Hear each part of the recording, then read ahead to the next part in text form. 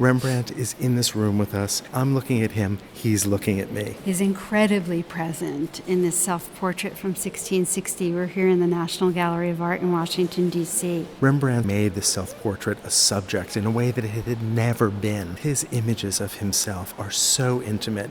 They are so carefully observed. In a sense, he teaches me how to look closely. And how even to look at oneself with the honesty and directness that he is looking at himself with in the mirror. We're in a room filled with Rembrandts, and if you look at the other portraits, for instance, look at the portrait of a young man, you get a sense of the social distance that would have existed in the studio when Rembrandt was painting it. And this man sat with a kind of reserve, and there was a social propriety. The young man that we see here likely commissioned the portrait and was paying Rembrandt to make something for him, so there was definitely a hierarchy there. And he's distanced too. There's all this foreground space in front of the figure that is absent here. His left elbow is in our space. Maybe it's because Rembrandt doesn't need to flatter this sitter, and in fact his purpose seems to be just the opposite, to find every imperfection, every wrinkle that expresses the life that this face has lived. But Rembrandt's self-portraits through his career were really of different types.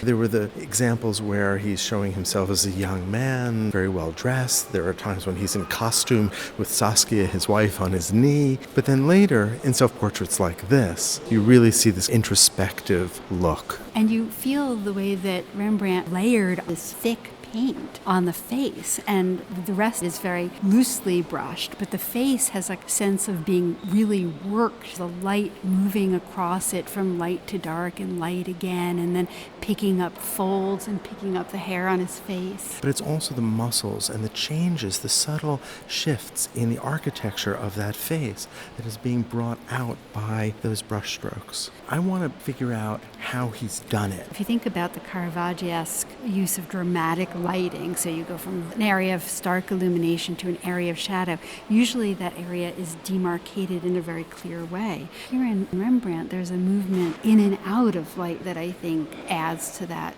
emotion. And look at the coloration as well. I'm seeing greens and yellows and blues and reds and browns. And grays. So the intimacy is two parts. It's because of Rembrandt's own careful observation about what he's seeing, but it's also about the fact that we can feel his hand moving the brush across this surface. And so there's a kind of double intimacy. Well, we do know that this was especially a vulnerable moment in Rembrandt's career. He had been a very famous, sought-after portrait painter in Amsterdam, but had reached too far financially. He had gone into debt, and just a year or two before this painting, he had declared bankruptcy and had to sell his assets to pay his creditors. His wife, that he loved very much, Saskia, had died. But I think that you can step into the biographical a little too much and read this painting through the pain of those experiences. Clearly, this is a man who has lived a very complex and rich life. As people do by the time they reach the age that Rembrandt has. So we don't really need to read the biography to know that by the time you reach 53, that one is wiser, one has experienced, one has lived through the death of loved ones. That's what life is. And that's what Rembrandt has taken as his subject here.